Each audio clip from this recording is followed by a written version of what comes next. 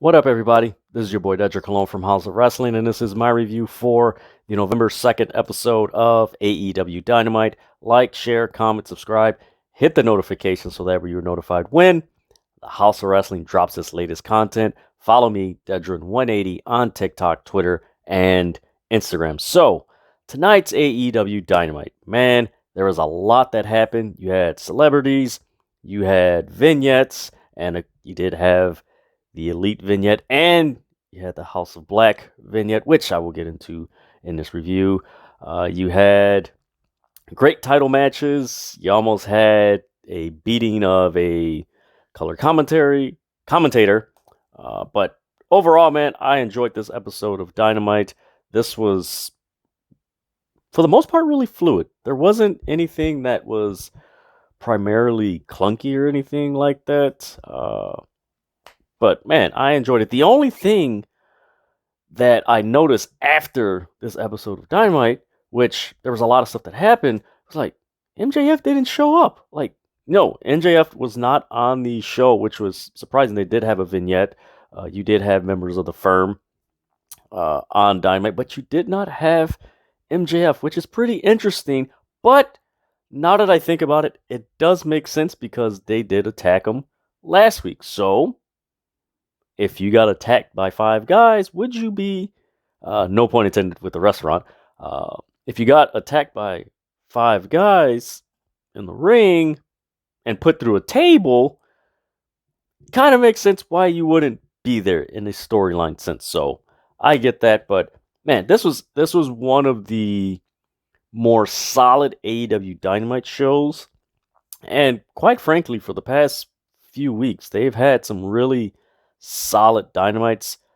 Even before the Sammy Andrade stuff that was going on, the Dynamites before that were pretty solid, and the ratings reflected that. So, really interested to see what the ratings are for this show. But again, for the most part, man, it was an enjoyable, watchable AEW Dynamite, and you can tell that Baltimore crowd had fun, especially when Lamar Jackson walked through. Yes, I'll get into that, quarterback of the Baltimore Ravens. But man, this was a lively crowd. It was a fun crowd, and this was a fun show, man. And man, like I said, I enjoyed it. But enough of me rambling on how much I liked it and everything. I'm going to give you guys the results, and then I'm going to go into what it is I liked about this show. All right. So we started off the first match. You had Jay Lethal defeat Darby Allin. You had Jon Moxley defeat Lee Moriarty.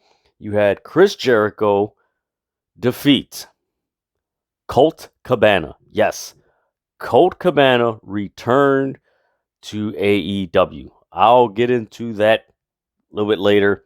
Then you had Orange Cassidy defeat Rey Fenix and Luchasaurus for the All Atlantic Championship. And in the main event for the Ring of Honor TV Championship, you had Samoa Joe defeat Brian Cage in a very competitive and aggressive match. That was fun to watch. So that is the results for tonight's AEW Dynamite.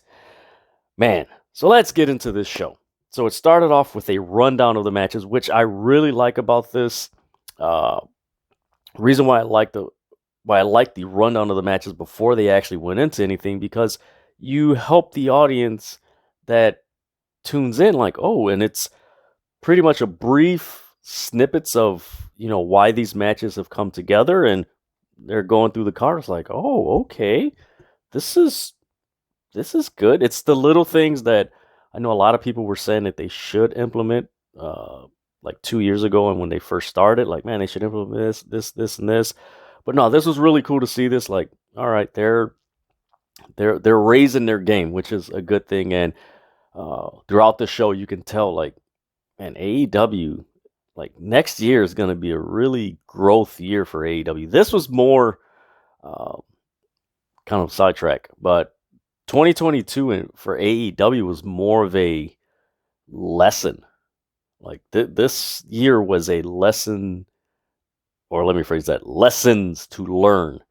And hopefully they learn from them and adjusted the things that needed to be adjusted and corrected and, modified and tweaked. But it's starting to show in the product. So I like the rundown of the matches. So we get Darby Allin and Jay Lethal.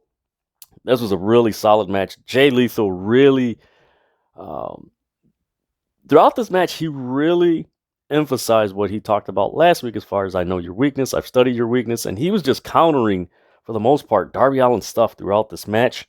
He did a German suplex on the apron, which was crazy. He kept on working on Darby Allin's taped ribs, and if you guys don't remember last week, they had Darby Allin in a um, like a back garage for an arena, and they had the the gate, that the steel gate, whatever that thing is, like they were ramming it on his abdomen. So he's selling it, and man, he sold it tonight. So you had that Lethal was working on his ribs, which was made a lot of sense if he's like he literally has his ribs taped up. So it's like makes sense for you to work on something that he has taped up. I mean, any competitor would do that. So you had Lethal basically, as he was working on his ribs, he was basically like I said, he was countering Darby Allin stuff. Like really, like you got to watch this match. This was a really good match. This was probably, in my opinion, one of Jay Lethal's best matches in AEW. That wasn't something that like felt like it was forced. Like it just was fluid. This match was. Then you had a point where Darby Allin was countering Jay Lethal stuff. He countered a crucifix, crucifix pin, which was originally a top rope elbow that Jay Lethal tried to execute and did that move, which looked really cool. Then you had Darby attempt to do a suicide dive on Satnam Singh. That was freaking hilarious. He dives and he literally, it was almost like he, like, no pun intended, he ricocheted off of Satnam Singh and bounced. Like, it was like one of those rubber balls that you bounce against the wall and it just goes in another direction. That's what it looked like. And that was a sight to see. And it's like, man, Darby's freaking nuts, man. Because he just, like, hit and it bloop, just flopped. Then you had, as he was on the outside and Jay Lethal was on the inside, you had someone come out dressed like Sting with a Sting mask, attack Darby Allin, and that allowed Jay Lethal to do his finishing move, pin Darby, 1, 2, 3. They're celebrating. They take the mask off of the person, and it's Cole Carter. And it's funny because commentators like, "Oh my God, it's Cole Carter!" And the whole arena, they're just like, "Who's that? Like, he looks familiar, but where is he? Like, huh?" And for me, it took me a while. I was like, "Oh, that's Cole Carter." And I'm like, "What's his affiliation with Jay Lethal and Sanjay Dutt?" I'm like, "Oh, wait, a few months back, like, it's like I remember they were aligned for something. I believe it was Wardlow or something that they had a match or something like that." So they're leaving the ring, and all of a sudden, music hits. It's Sting's music, and Darby's in the ring, and he's crawling up, he's smiling and everything. And as he's doing that, someone with a black cowboy hat, black jacket, and a guitar comes into the ring, turns Darby around, hits him, and it's none other than JEFFJARRET, Jeff Jarrett. Yes, Double J, Jeff Jarrett is in AEW. He hits him, he cuts this promo that whatever you worship becomes your weakness, and he's basically like, it's almost like he was going into the Jim Cornette territory as far as he went into how many years that him and his family has been in the wrestling business and owned this business, and the tone of the his promo, it felt like it was like he's there to disrupt what AEW's doing, that it's out of spite. Like, hey, you guys are you're trying to make these waves, and you haven't paid your dues in the wrestling industry, and you want to make it seem like you guys are big shot and competitors of WWE. Not, now mind you, I'm saying this not this is not what Jeff Jarrett said, but the tone of his promo came like that. Mind you, Jeff Jarrett, this isn't anything that he's feeling anything, but wherever direction they want to go with this group that he's aligned with, Sanjay Dutt, Jay Lethal, Satnam Singh, and Cole Carter. He did drop a Impact reference, so I don't know if this is leading to some sort of Impact invasion of some sorts going into 2023.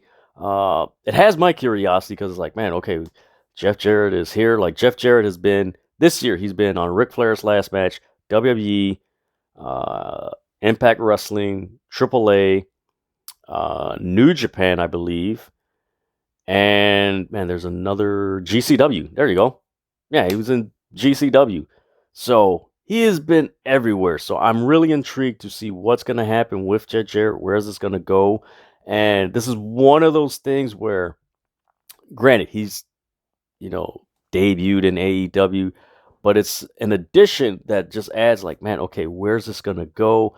And with his promo, it's like, man, okay, this is going to be really interesting, where it's one of those elements in wrestling where you add someone and you can, like, it's so, like, don't get me wrong, this is a really big deal, to the extent like, oh man, Jeff Jarrett's in AEW, but at the same time, it's so subtle behind all the other stuff that's going on in AEW that you can actually put this under the radar for a time period, not a long time, but, for a few weeks or so, and then bring it back.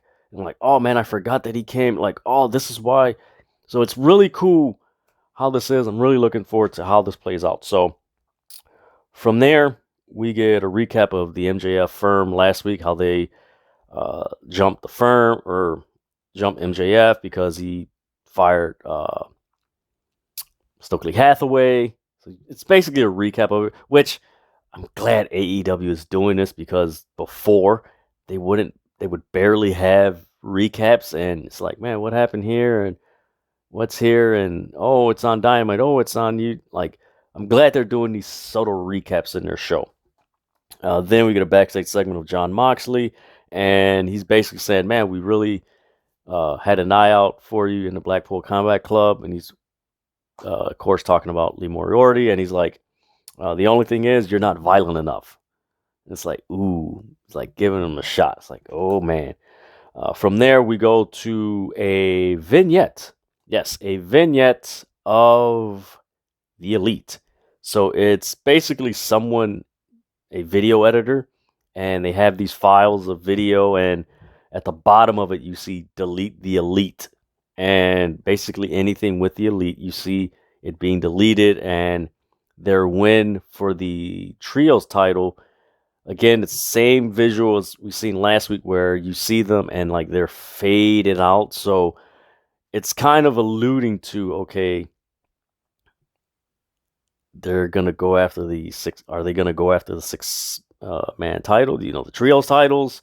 Or, how are they going to be reintroduced in AEW? Like, how is this going to play out? And, where is this going? Me personally, I honestly believe that the Young Bucks and Kenny Omega, I don't think that they'll be at full gear. I could be wrong. I do think that they could return at Winter is Coming. AEW has primarily used that as a big event for big matchups, and usually things like that happen. Last year you had Hangman and Bryan Danielson. The year before you had Kenny Omega, Jon Moxley, which Sting's debut, and Omega saying, "Oh, I'll see you on Impact tomorrow." What? So you have that history. So I'm really interested to see where this goes with the Elite and how this plays out. It's very interesting. And of course, it was announced that the investigation, with the whole brawl out stuff that happened at All Out, has come to a close. So we're getting close to the Elite returning. Just don't know how, when, or anything like that. So it's got a lot of people talking and, creating their theories on what's going to happen. So it's always fun when you can talk about when someone's returning. So let's see what happens in the next few weeks, in the next month. What happens with the Elite. From there, we get Jon Moxley versus Lee Moriarty. Ethan Page is on commentary. You got Stokely Hathaway at ringside. This was a really fun match for Lee Moriarty. You can tell from the previous times he was in the ring, like, he's trying to, how would I put it? It came across like he was trying to impress the audience, and this match wasn't trying to impress. He just went with the flow. Like, it was just so fluid and so fun. I think it's, maybe it has a lot to do with, him being in the firm and just, but the way he was presented today or tonight, man, it was so fun. He was fluid. He had his exchange. Like, it was just a night, as the old timers used to say, it was a nice dance in a ring. Like, it was just a nice dance. Boom, boom, boom, boom, boom, boom, boom. But of course, Jon Moxley is Jon Moxley. You had Lee Moriarty at one point in the match mocking Moxley's stomps, and he stomping Moxley. Then this is where Lamar Jackson came in. So halfway through the match, you see the crowd like cheer, and on TV they don't show it or anything. You just see the crowd react, and then you have MVP chants, and it's like, man, what the hell's going on here? And of course, they're shooting Moxley and Lee Moriarty and everything, and you see the crowd cheer and everything. And I'm thinking, man, was there like a fight or something? Like, yo, what happened? Like, is there like two dudes boxing and like, or somebody's fighting and they're getting thrown out the arena? Like, what's going on? And that wasn't the case. You had Taz on commentary like, yeah, Lamar Jackson's at ringside. Like, what? And they didn't get a shot of him or anything like that until later on. But so cool. It just added a different element to the match. Then you had Moxley hit a cutter on Lee Moriarty. Then Moxley did the hammer and anvil elbow strikes. And then eventually he did the armbar submission hold that he's known for. Got the pin, 1, 2, 3. So he's celebrating. Ethan Page gets off commentary, runs down ringside, kicks Moxley's face in, and just starts celebrating. It's so good to see Ethan Page be on screen and not in the role that he was in with Dan Lambert, where it's like he doesn't need Dan Lambert. Like, he can talk. Like, what? It's so good to see him in this position and the firm. And again, this adds another wrinkle to the MJF Jon Moxley match. Like, okay, we know that they're mentioning that, MJF couldn't win without them. Ethan Page alluded to on the commentary, yeah, MJF, he's going to use that ring. He can't win fair and square. So there's a lot of things that they're alluding to, and you still don't know where this is going to go, where this is MJF going to, win this fair and square, or is this all a swerve where he's using the firm to distract from the fact that he's going to do some dirty things to win that world title, and that's going to make him very heelish. And it's also, the theory that's been out there in a lot of discussions, is William Regal going to turn on Moxley and align himself with MJF? Very interesting. So then we get the supposed, which it didn't happen, sit down between Renee Paquette and Saraya and Britt Baker. So they announced, like, yeah, Britt Baker didn't show up. So Renee Paquette, she asks Saraya a few questions, and Saraya, mentioned that, I had to wrestle after getting hit by a car. I've been wrestling for, man, she said 30, was it 20 some years or something like that? Can't remember what it was. She mentioned how many years she's been wrestling. Renee asked her, what led you to AEW? She's like, it's something special. It's kind of like the motorcycle, the biker gang alternative, and, that whole thing. And Renee asked her, "Hey, so what's your status as far as getting in the ring? We know that you have neck issues and that whole thing." And Saraya goes, you know what? There's one more doctor I got to talk to about that before I answer that. And of course, right away it's like, okay, Britt Baker's a doctor, so there's obviously going to be a face-off between Britt Baker and Saraya. Could we get a match of Saraya and Britt Baker at Full Gear? Possibly. Or could it be at Winter is Coming? I don't know, but it does seem like we're going to get a match between those two very soon, and it's just leading there. But that was a really cool segment, sit down segment with Renee Paquette and Saraya. It was to the point, well done. And I mean, like I said, I've been watching wrestling since the mid 80s, and Renee Paquette, her timing, just her presence, how she does everything, she reminds me a lot of a female Mean Gene Okerlund.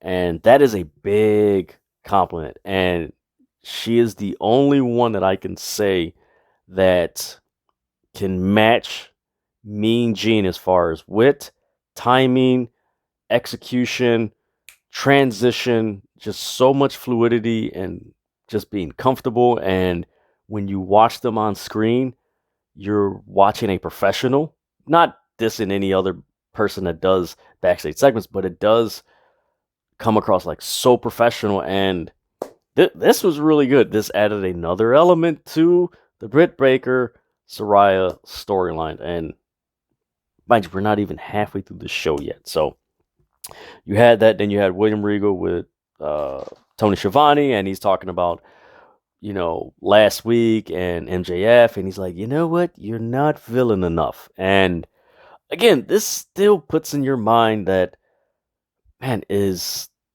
William Regal going to turn on Moxley and join MJF? Like, it just, like, there's so many things that this whole storyline is like presenting to people, that it's so many directions. Like, man, is this going to happen? Is this going to happen? Is this going to happen? Which, for us, the fans, is fun because we don't know what's going to happen, but we have to watch and see what's going to transpire.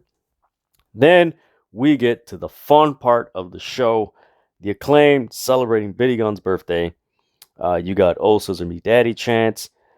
Billy Gunn, he has his hands wrapped because, of course, what happened on Rampage. Swerve Strickland manipulated Swerve Strickland's hands with, it wasn't pliers, it was, it looked like wire bolt cutters or something like that he had. They look like, at first glance, they look like pliers, but I believe it was, like bolt wire cutters or something like that. So he's got his hands wrapped up. You got freaking Bowens doing the "Scissor Me Daddy" with the camera guy. They present foam scissor fingers. They give Billy Gunn the World's Greatest Dad trophy. Then they mentioned, this was funny. This was lighthearted. I hope people don't take this like they're giving a shot at WWE. They were like, yeah, we could have had some of your friends come, but they couldn't make it. Same way you couldn't make their reunion. And it's such a really fun, like, all right, this is acknowledging, like, okay, we're aware of what's going on. Like, that's pretty funny. So you had that. Then they present a certificate of adoption. Before he can even reply or anything like that, the Ass Boys come out. Then you have Morrissey attack all three of the guys, and then you have the Ass Boys come out and they're attacking. Then music hits. It's FTR. FTR comes in to make the save. The Ass Boys and W. Morrissey leave, and FTR, they hand the titles to the Acclaim, which we know that this is leading to the match between FTR and the Acclaim. And they mention, like, they may not be the number one contenders now, but we do know they will have a match soon. So looking forward to that match. And it's so smart to put those two teams in some type of program, because they're two of the most popular AEW tag teams, and they're two of the most popular teams that get like the loudest reaction in AEW. So it just only makes sense to put those guys together. FTR is gonna get a crowd reaction.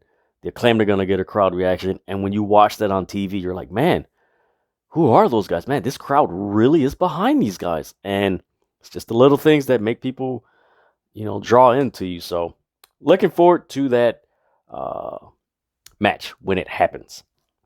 And then we get a backstage segment with Britt Baker. She mentions, well, I didn't want to go to the sit down because I wanted my personal interviewer, which is Tony Schiavone. And Jamie Hayter's like, you know what? I just want to wrestle. He's like, you know what? I want to wrestle and I'm not going to waste my time. So they are going to have a match this Friday on Rampage. It's Britt Baker and Jamie Hayter versus Madison Rayne and Sky Blue. That should be a fun match.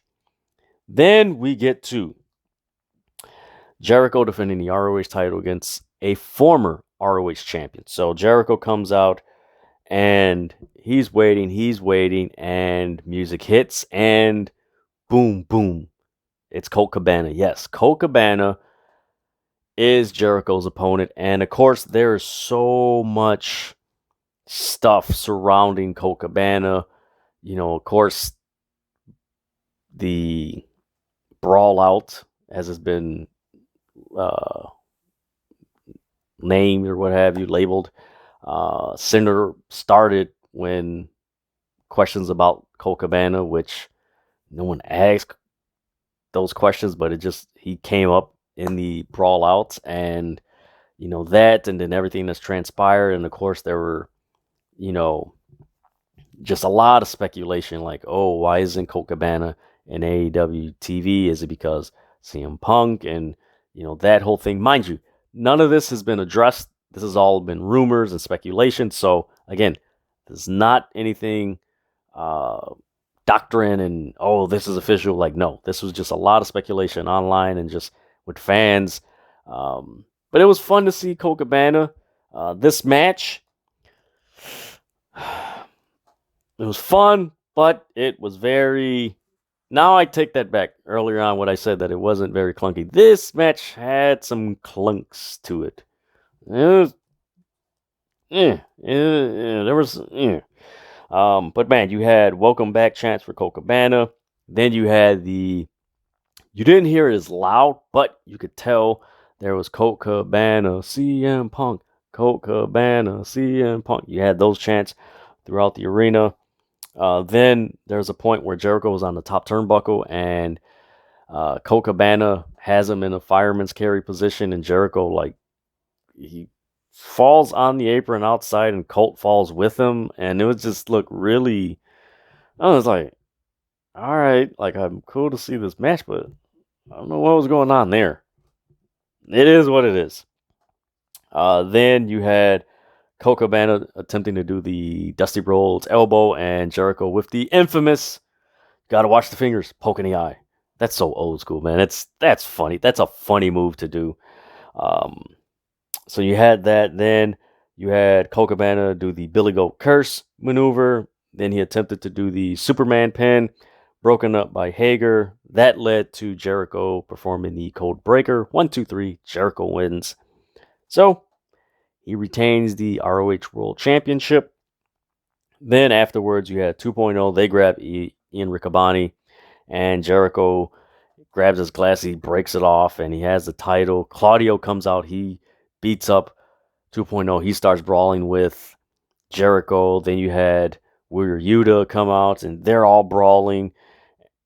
And just had this whole thing, and security's breaking it up, and you just hear the crowd, let them fight, let them fight. So, again, I've been saying this every week for every Dynamite review. I hope that Jericho's final opponent that takes the title off of him is Jonathan Gresham. I hope it's Jonathan Gresham, because that would make so much sense. I don't think it's going to be Bryan Danielson. I don't want it to be Bryan Danielson, even though it would be cool if Danielson gets the ROH title. But man, if we can get Jonathan Gresham to beat Chris Jericho, oh man, that would be so sweet. From there, we get a backstage segment with Death Triangle, and they're with Renee, and Rey Fenix is talking about his match, like, man, I could be a double champ. And Pac is like, hey, if you want revenge, get the hammer, and it could be your golden ticket. So Pac is still like this heelish. Like we have this dynamic in AEW where you have, Pac being a heel and the Lucha Brothers being, good guys. You got Swerve Strickland being a heel and Keith Lee, being a good guy. So you have these two elements, and I don't know, like, is Lucha Brothers are they gonna, like, is Pac gonna leave the Lucha Brothers and go out on his own and form a different team, or what's gonna happen? I don't know. That's a really interesting dynamic that they're teasing, and they haven't gone that far where it's like, oh, they're gonna break up, but it's kind of get a sense like, okay, there's gonna be something's gonna happen where they're gonna break up or turn, like, I don't know what's gonna happen. Then you have Luchasaurus, Orange Cassidy, Rey Fenix. I mean, this was the best part of this match was the interaction between Orange Cassidy and Rey Fenix. That was a fun part of the match. Luchasaurus, I mean, he did normal big spots and stuff like that, but man, the spinning DDT that Orange Cassidy did on Rey Fenix. These guys were going back and forth. Christian was on commentary. Then Luchasaurus, he attempted to catch Orange Cassidy, and Rey Fenix dived through the ropes. Didn't happen. So he beats up. He takes Orange Cassidy. He throws him into these steel steps. He takes Rey Fenix, puts him through a table. So Orange Cassidy and him are up the ramp. He's about to hit him or what have you. And then you have Jungle Boy come out with a steel chair, hits him. Then Jungle Boy. Oh my goodness, man. This didn't look pretty because Jungle Boy, like, spear dives. It was supposed to be a spear. It looked like a dive. It was like a spear dive or a spear, something like that.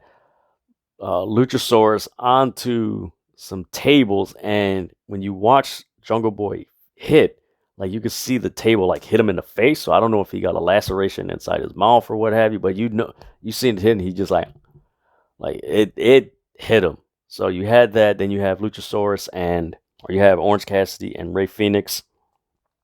They're just going back and forth, and then you have Pac come down with the hammer, and he gives it to Rey Fenix. Rey Fenix looks at it, he gets in the ring, and then he tosses the hammer, which that winds up getting him bouncing off the ropes, attempting a dive, and Orange Cassidy hits the Superman punch, which is a very cool sequence. Orange Cassidy wins. So again, like I said, it seems like they're alluding to the Rey Fenix, the Lucha Bros, Pac split or something like that. Post-match, you had Pac beat down Orange Cassidy, and he's just beating him down. And then music hits, and it's Katsuyori Shibata. Yes, Katsuyori Shibata. He was at Forbidden Door. He comes down, and you have Rocky Romero, the best friends. You got Roppongi Vice. They come down there, and Pac leaves, and you have Shibata in the ring with Orange Cassidy. Of course, they had the contract of the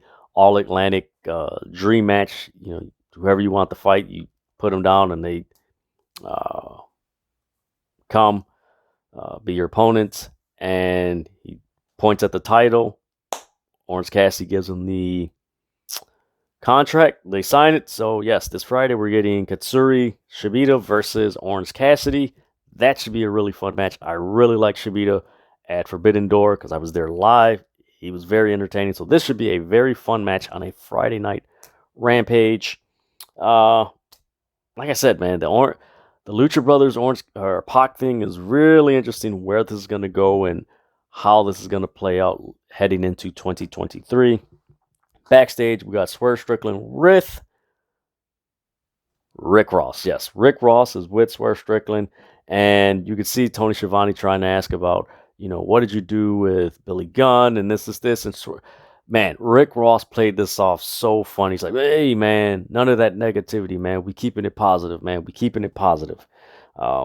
Keith Lee comes in, and he's like, hey, you didn't respond to my text. And of course, he dabbed up Rick Ross. Is like, yeah, but Rick Ross answered my text. And Keith, Swerve was like, man, stuff going on and this, and he asks Swerve. He's like, "Hey, so who the hell did you get to film that? Like, who's sick enough to film this?" And Rick was like, "No, no, no, no, no, none of that negativity, man. We're gonna keep it positive, man. Let's cheer, let's cheer, let's cheer." So they do a toast, and you could see Keith Lee's very begrudging, and you see Swerve Strickland's, just like, no, no, no. He's trying to play it off, and he tells Keith Lee, like, "Hey, man, you know what? Next week, man, why do we have an 8-man tag, man? The Acclaimed and FTR, and we team with the Gun Club." And Keith Lee's like, "What? The Gun Club? Like, what? What?" So, man, that's going to be very interesting how that plays out next week with Keith Lee being the good guy, and he's seeing everything that Swerve is doing, and it's like, bro, I see what you're doing. Like, what are you doing? So that's one thing that we can see that this is eventually going to lead into breakup and a match. I could see this being a match at Revolution, which should be very fun. Or it could be something else, but I do anticipate a match between Swerve Strickland and Keith Lee very soon, and that breakup to happen very soon.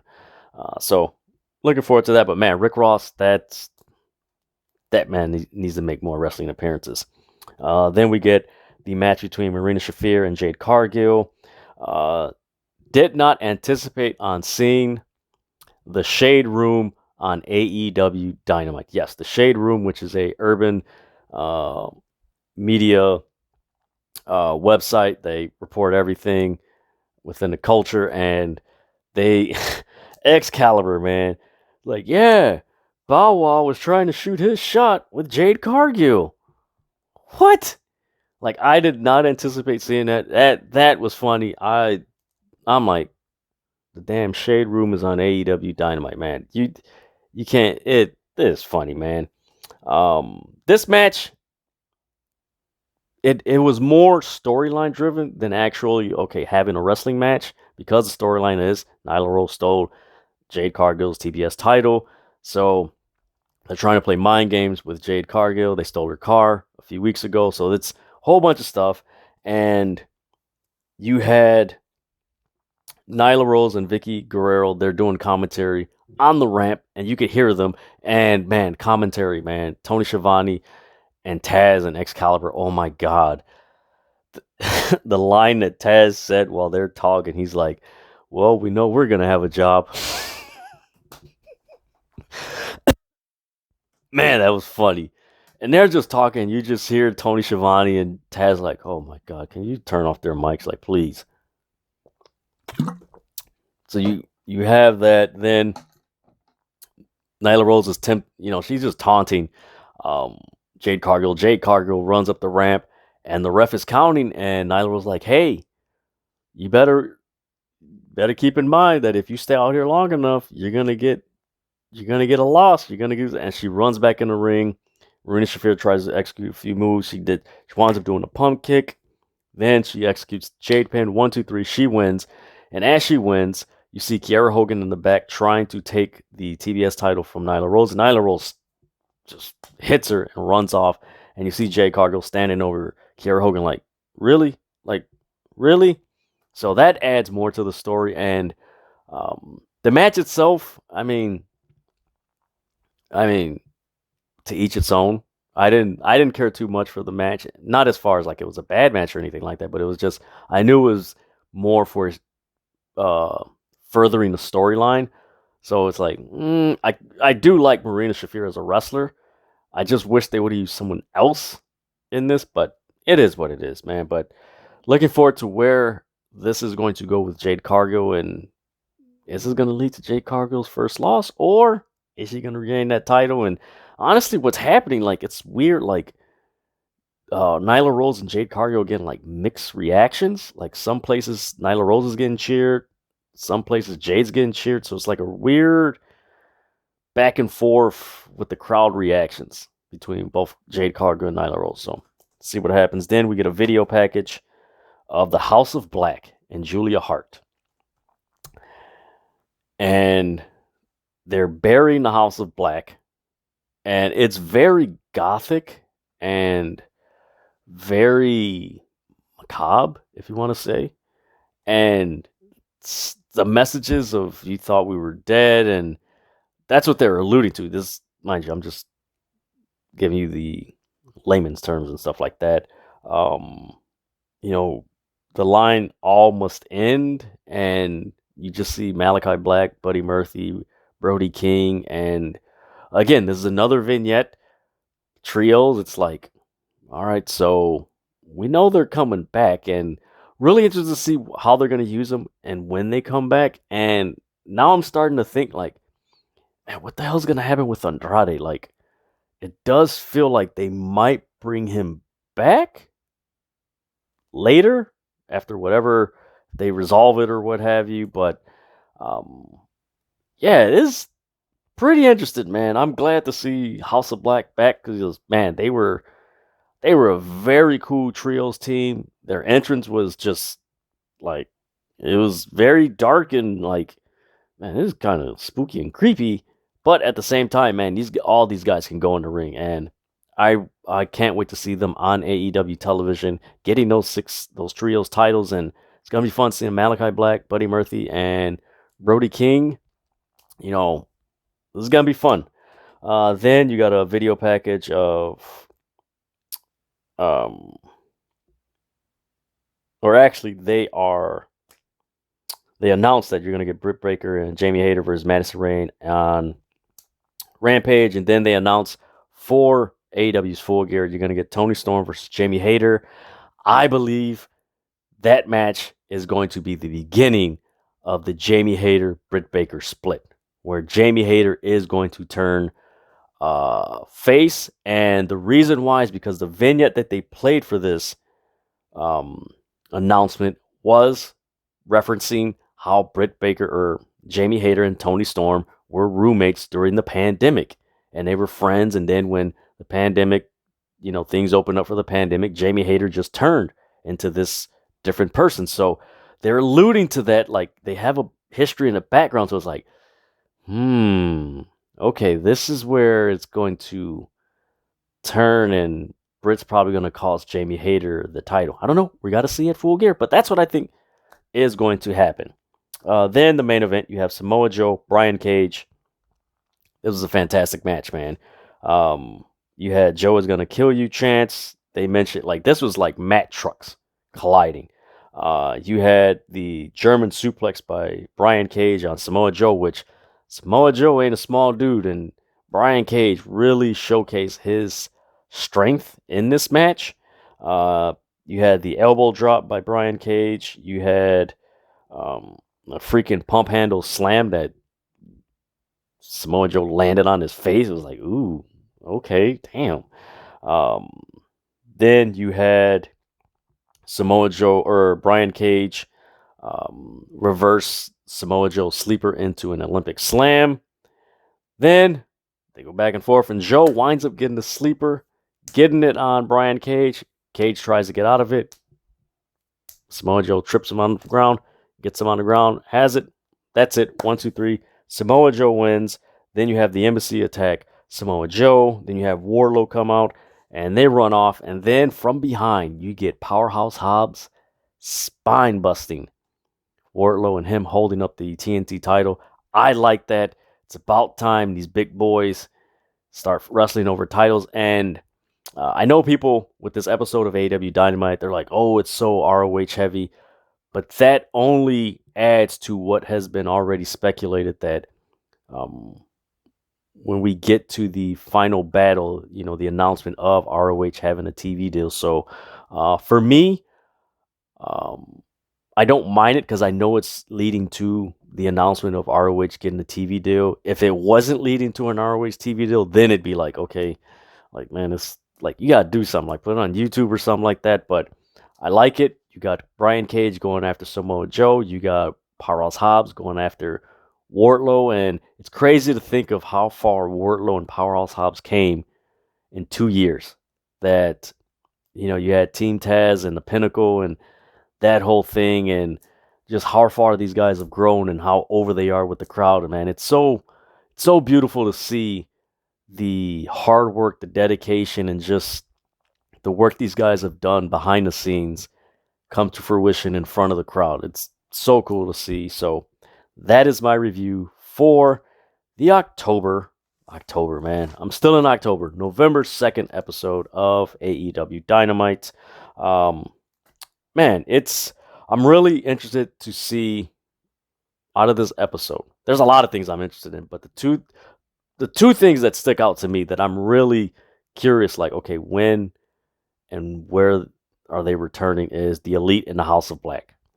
Those vignettes, um, the old saying, like, a picture's worth 1,000 words, and these videos are more than 1,000 words. Of course, there was audio in there, stuff like that. I know people were talking, oh, but no, these two vignettes with the Elite and the House of Black were very telling. And of course, House of Black, it's like, man, when they come back, they're going to be a force. With the Elite, there's a lot of stuff. Are they going to go with the trios title, which is alluded to in the video? How are they going to come back? Are they going to come back as heels, faces? um Where's this, how's this going to play out? And of course, with the House of Black, who they're going to feud with, and that's the number one question with both these videos, is like, who are they going after when they come back, and when are they coming back? So a lot of curiosity with this, which is a good curiosity, because now you're just like, man, I gotta watch Rampage. I gotta, tune in, possibly, check out Elevation and Dark, and of course, tune in to Dino to see what's gonna happen with the House of Black and the Elite. So I'm looking forward to it. Like I said, this was a fun episode of AEW Dynamite, and look forward to Rampage on Friday with Mike Tyson. So we'll see what happens. But again, that is my review for the November 2nd episode of AEW Dynamite. Like, share, comment, subscribe, hit the notifications so that you're notified when the House of Wrestling drops its latest content. Follow me, Dedrian180, on TikTok, Twitter, and Instagram. And with that, man, there's a lot of pro wrestling going out, and be on the lookout for my top 200 wrestlers for 2023 list. Going to be very soon. So with that, I'm out.